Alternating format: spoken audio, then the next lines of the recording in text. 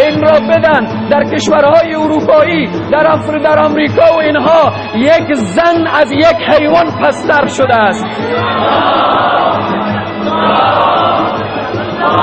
امروز میخواهند تو را هم از حیوان پستر بگردانند.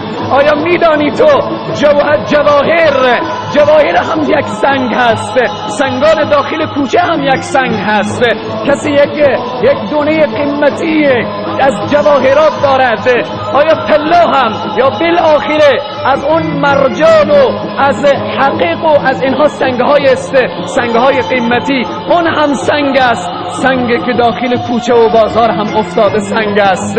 چگونه انسانی که سنگ حقیق را ببیند، سنگ قیمتی را ببیند برمی‌دارد؟ آیا شما انگشترهایی که حقیق دار هست، هر کدام برادرها دیدیم که اطرافش نقره‌کاری است و بعد اون انگشتر به دست می شود تا اینکه ضربه با او سنگ حقیق وارد نشود، چون سنگ قیمتی هست، اطرافش نقره گرفته شده است، اما هیچ کس سنگ کوچه را بر نداشته، برای خود انگشتری نساخته. زنهایی که در اروپا زندگی می کنند، زنهایی که در آمریکا زندگی می کنند، اون زنهای اروپایی، زنهای غرب زده، اونها تبدیل به سنگ و ریزه کوچه ها شدند.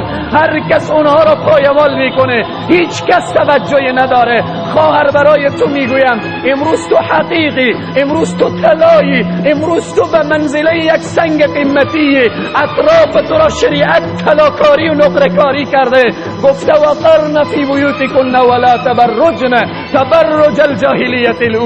متوجه باش خواهر، امروز تو را به دبش بیرون کردن، امروز تو را به ورزش بیرون کردن، امروز تو را به خیابانها ریختندن، امروز تو را به دکانها نشاندن، امروز تو را به کوچه و بازار بیرون کردن. فردا تبدیل میشی مانند ریگه های کوچه، هر کس تو را پایمال میکنه و بی ارزش میشوی.